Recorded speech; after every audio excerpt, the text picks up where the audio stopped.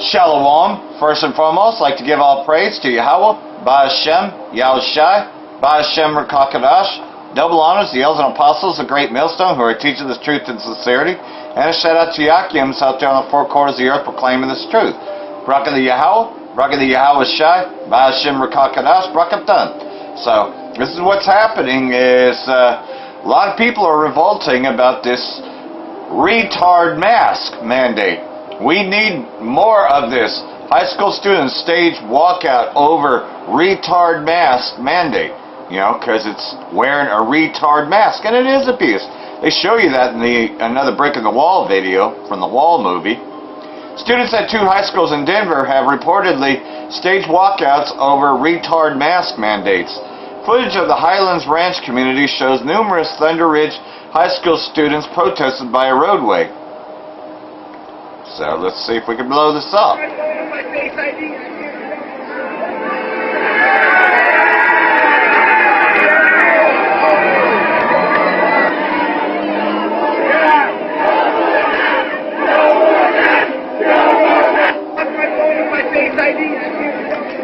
Yeah, they're tired of this shit. Masks are for retards. Now, of course, getting into the Cal fires, right? 50,000 people evacuated as fire apocalypse ravages South Lake Tahoe. By the day, the fire situation on the ground of South Lake Tahoe continues to worsen, with more than 200,000 acres burned, 50,000 people evacuated, and a red flag warning that remains in effect for south of eastern California. According to the California Department of Forestry and Fire Protection, otherwise known as CAL FIRE, the Caldor fire has burned 204,000 acres, and we know it's still growing, as of Wednesday morning. Of course, this being Thursday and all, and is only 20% contained. The fire is rapidly expanding because of favorable weather conditions, such as low humidity, you know, and they're not really fighting fires, they're just prepping fires. They're prepping it to burn, you know. So, here's a little bit of a video from TikTok.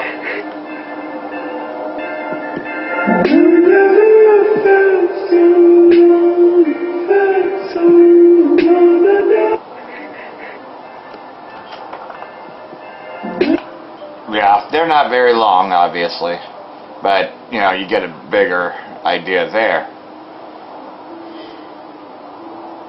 Here's a little bit here. This one's probably a little bit long. Well, it's only 11 seconds also, but you can get the idea of the flames even from 11-second video.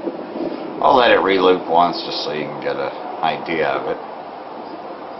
Smoke on the water, a fire in the sky. What can I say? Most highest judge in this place. Most definitely so. And then, of course, on the East Coast, right? And you got a lot of shit going on in New York with flooding. After Ida, small recovery signs amid daunting destruction. Yeah, so. Let's see if I can get some of this. Oh, they don't make it easy to flip through. Never mind. Lights came back on for a fortunate few. Some corner stores opened the doors and crews cleared fallen trees and debris from a growing number of roadways. So, you know, some of it was cleared, but many are going to remain without power, especially those that are poor. Still suffering remain widespread 3 days after Ida battered Louisiana and parts of Mississippi as the 5th most powerful hurricane to strike the United States. Some low-lying communities remain largely underwater. Roughly 1 million homes and businesses still had no electricity, and health officials said more than 600,000 people lacked running water. So, and over here, they just shut your shit off anyways. And this is what's going on in the Valley of Yehoshaphat. The U.S. leaves 3 bases in Syria after humiliating Afghan defeat. Expected to leave Iraq too. You know, so pretty much though, that's what's happening. You know, but there's even more because there's some bombshell stuff, but I'll go ahead and read this article and get over to that. The United States has reported evacuated 3 of its military bases throughout Syria after implementing a humiliating Vietnam-style exit from Afghanistan. It said the other 2 bases were near Kolyma district in the Hotspot province situated in Syria's extreme northeast. The U.S. and its allies invaded Syria in 2014 under the pretext of fighting Takfiri terrorist group of Daesh. The outfit had emerged as Washington was running out of excuses to extend or enlarge its regional meddling. What really happened is Russia stepped in and actually chased them off. You know, as the chaff gets chased off. And as Last American Vagabond gets into here, there's a huge cover-up as to what really happened with Afghanistan and the recent withdrawal. And we called it out, that it was a false flag attack on the Kabul airport.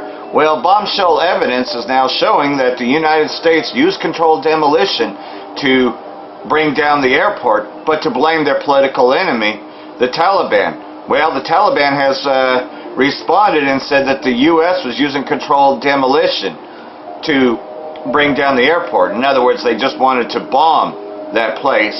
So in order to do that, they had to create a false flag, as it gets into here. In regard to what happened in Kabul, but the bigger picture around what I think is happening there, and some interesting things that have been stated by people inside the Taliban, which seems to be not being discussed across the board, which challenges the entire nature of what just happened. Not to say anybody should take the Taliban at face value, but it's odd that it's being ignored.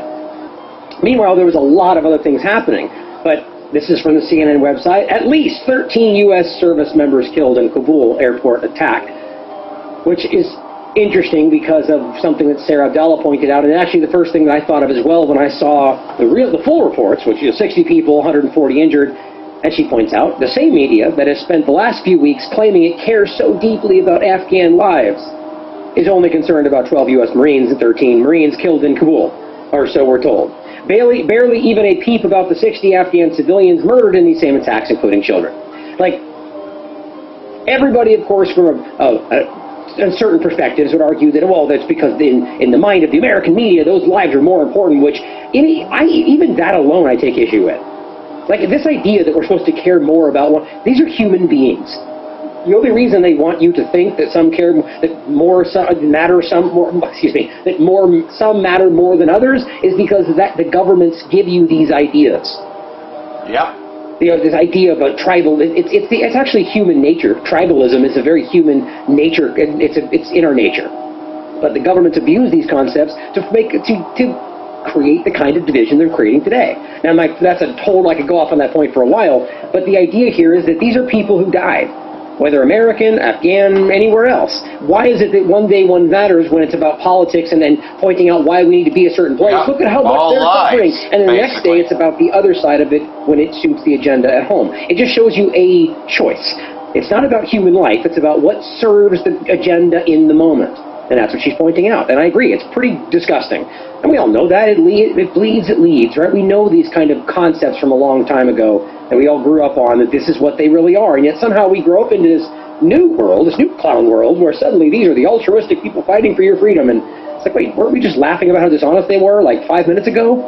Well, we can just jam those things together today. But it does end up looking like, as we're told, by the way, and again, this is what I keep trying to caution people around me is, we can report that we're being told, and the evidence is beginning to show, according to these people, that 60 people were killed and 104. But at the end of the day, we have to remember this is coming from very controlled media sources, wag the dog kind of stuff here, guys. Yep. So we need to be questioned. Like, we need to be skeptical. And we need to question everything that's coming at us from these media outlets across the board. And I know people think that some people try to make that up to be ridiculous, but we have watched them lie about things monumentally bigger than this, and yet we pretend like we should just take it at face value because, well, we're talking about human life here, guys. Well, we can't pretend that they would lie about that. Of course they would. Of course they would. For crying out loud, guys. We have to understand what they will lie about. Anything. Now, going forward, these are the reports we kept seeing, different people from different sides. This person is from Kurdistan 24, there's somebody from BBC. The point is, they're all saying large explosions have occurred at Kabul airport. Casualties reported with the same kind of just broad reports we got across the board. We can confirm an explosion outside the airport. Okay, well, this is interesting. All right, so we have reports of multiple locations. I want to make sure that's clear. That's one of the ones that makes that clear. And it says casualties are unclear at this time. We'll provide additional details. According to preliminary information, a suicide bomber exploded. Now this is what everybody seems to be claiming. First photo showing the chaos. Now I'm not going to get into deciphering whether I think these look real or not or whatever. Like, I'm not even trying to pretend that this is look, my gut tells me by and large today that we don't even see necessarily completely fake staged events anymore. I mean, I know we will and do and probably have and missed them. The point is that I feel that we're at a point in the world now where you watch these kind of sinister governments, whether the US, Israel, the UK, whoever we're talking about, who would be willing to actually carry out an explosion like this and actually kill people, Americans and Afghan alike, to achieve an end. Yep. Oh, we're not supposed to say things like that out loud. Go ahead and censor me, YouTube. Too late. The point is, this is a very real reality that history can show you. Whether the U.S. government or long before, and well into that government's reign, we can see that they have absolutely sacrificed American lives for their ends. I'm just not afraid to say that. It doesn't make me un-American to point out how criminal this government is, because you know what? The government is not the country. If you think the government's the country, then you are un-American. The people are this country. They are your agents. They're supposed to be working on your behalf. If anyone feels like that's what's happening today, raise your hand. I don't see anybody raise their hand. No one's here. But anyway, the point is, a running discussion of the tragedy and the bombs and so on, but there's supposed to be multiple locations. Here is Charles Lister pointing out, breaking complex suicide attack underway, plus gunfire at the gate and all this different stuff. There's a lot of weird, kind of all over the place reporting. Here's Disclosed TV on August 26 at 9 in the morning saying 4 more U.S. service personnel may have been injured or killed in explosions outside Kabul airport. And this is just in. This is at 1 p.m., so way different time frame. Third explosion near the airport, intermittent gunfire heard, sort of with that other report you were just hearing. But then here's what seems to make absolutely no sense whatsoever, which is pretty typical enter the U.S. government. Pentagon says 1 suicide attacker. Okay, so we have multiple explosions, gunfire, and all sorts of other chaos, and yet we've got 1 suicide bomber? Okay, yeah. This is updated as of 5 hours. This is 27. This is today. So this isn't some in the fog of war kind of thing, a fog of reporting, which I love how CNN tried to grab that. The fog of breaking news. No, that makes you bad journalists, guys. But the point here is that this is 1 we're supposed to hear, 1 suicide bomber. How does that possibly make sense? Now, this is just the first thing I'm taking away from this when I started reading into the information, but none of this really does add up. Now, Robert is actually working on some content around this whole thing, and he seems to feel similar, that there's something very strange about this, and not just that this is some kind of orchestrated. There's something going on here, to a larger degree than I think we've seen in a while. Now, here is, this was just the other, excuse me, I'm jumping ahead in my mind. This is the same report I just read you. This is what somebody else points out that I agree. Weird that the CIA meets with the Taliban, then everything starts blowing up, right? Oh, you know what? I think I thought that's what this one said. I showed you that in the previous show. It was reported broadly, right? The Washington Post reported that the CIA had met with the Taliban. Taliban came back and said, "Oh, we didn't do that." And obviously, we know that that's a big. I mean, that to me was everything. The fact that they reported that it happened. Yep. Which means which basically means the government told the Washington Post it happened, because that's all the reporting they get in the mainstream today. Is the government tells them, they report it. I mean, there's no pretend like one intelligence source anonymous says, and they report it. Like, come on, that's their journalism today. So they gave it to them. Then the Taliban goes, no, that didn't happen. So that's weird. Right, so clearly there's something strange happening there. I feel clearly that they did, and the Taliban says, well, we don't want that to be clear. That's my gut tells me. But then here's Paskey the same day going, oh, well, we need counting on the continued coordination of the Taliban. Right, the group you were like moments ago saying we're evil terrorists, and that's why all this bad stuff's happening, and we might not. Right, this is ridiculous. The back and forth, continued coordination with the Taliban. That's important to understand, right? Okay, so jumping forward to the next day, right, when we have this happening, right? The continued coordination of the Taliban with the U.S. government, then all of a sudden this stuff starts happening. The day after the CIA meets with the Taliban. I'm not really even implying anything. I'm just pointing out the timeline, which is a fact. But going forward, then we have the Taliban, as of yesterday, in the middle of the day, speaking up and saying several explosions that you heard tonight in Kabul were controlled detonations. There it is.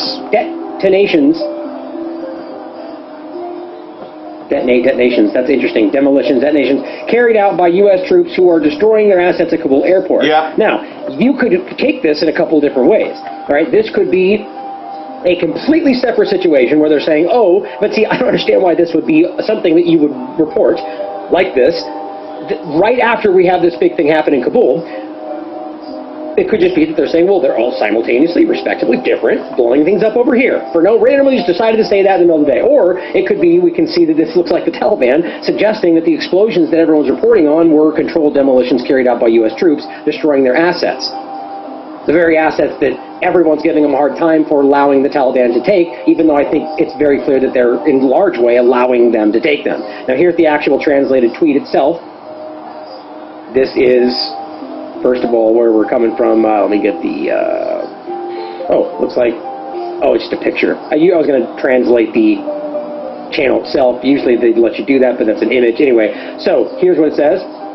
Several explosions were heard in Kabul this evening. The blasts were carried out by U.S. forces inside Kabul airport to destroy their belongings. Kabul residents are not worried. So there you have it, though. Bombshell evidence, you know. Busted. And I believe that's the actual story, you know, because they did the same thing with 9/11. Iran air defenses can hit 900,000 cruise missiles at a cost of only $10. You know, these Tomahawk cruise missiles, they can intercept them, you know, and it doesn't really cost them a whole lot of money. Because you saw how weak the attack was on Syria, and Iran has them too. A senior Iranian commander has praised the air defense forces' achievements over the past years, saying the country, a pioneer in the technology of directed energy, is today capable of targeting micro air vehicles that violate its airspace, you know. Because again, you know, the United States is constantly sending drones over there. All of them do it. Israeli state, etc. You know, and we all know it's all about at least the flock drawing everybody in. So they got interceptors. So the weak are saying that they are strong. And this is the shame. You know, the shameful spewing that be on Babylon. There is no flag big enough to hide the shame of the West's crimes in Afghanistan. You know, recently, you know, blowing up shit and then trying to say that it was the terrorist groups when they did it themselves. And the final act of savagery, just as the U.S. evacuation from Afghanistan was drawing to its end, a U.S. drone strike ripped to pieces 10 members of one Afghan family in Kabul, among them children as young as 2 years old. So you see, shameful spewing is out there. More than all the newspaper columns that have been published in Washington and London these past 2 weeks, lamenting the end of the West's presence in Afghanistan, more than nauseating attempt to ascribe honor and nobility to what was a squalid and brutal colonial occupation. The slaughter of members of the Almighty family in the aforementioned drone strike places the last 20 years in Afghanistan in its proper historical context. Perhaps the most salient is the unsurprising point that when it comes to this crusade is that it was unleashed on the back of a lie. This lie, it must never be forgotten, was the Taliban refused to hand over bin Laden, prime suspect, which we know that there is no Osama bin Laden. That, in fact, was a totally staged operation. And that was controlled demolition to bring down the towers. And then they created this guy, Osama bin Laden. See, Barack Hussein Obama didn't appear until about 2004. But he had already gotten one of the greatest acting jobs. Remember, he kind of appeared out of nowhere and became the senator. You know, became a senator over there and won. You know, but nobody ever heard of this guy before. Nobody knows who he is. I mean, Donald Trump used to go into that, right? So, you know, they staged this false flag. Barack Hussein Obama is Osama. And the whole thing was fake. You could get into the pictures. I've done that plenty of times. You know, it doesn't even matter anyways, you know, how much you point that out. People will believe a lie, kind of like the Chinese virus. 30 U.S. occupation trucks enter Syrian territory to support al-Shadi illegitimate base south of Hasaka. So they're not really withdrawn. They're just kind of moving everything around. A convoy of U.S. occupation vehicles laden with logistic equipment, and they're constantly doing this. I'm constantly reading this. But this is what happened on Tuesday. It is noteworthy that the occupation troops on Tuesday brought in a convoy of 24 vehicles to support their illegal bases in Al Jazeera region. So, that's what's happening there. Hopefully all this has been edifying, and got one more scripture here before I close this thing out. Matthew chapter 12 verse 25. And this is the main point here. And Yahushua knew their thoughts and said unto them, every kingdom divided itself is brought to desolation. And is America not brought to desolation? They're all divided. And every city or house divided against itself shall not stand. And if Satan cast out Satan, that's what's happening. You're seeing these angry parents, and they're tired of all the lies, the lockdowns, and the continued spewing. They're rising up against this devil. He is divided against himself. How shall then his kingdom stand?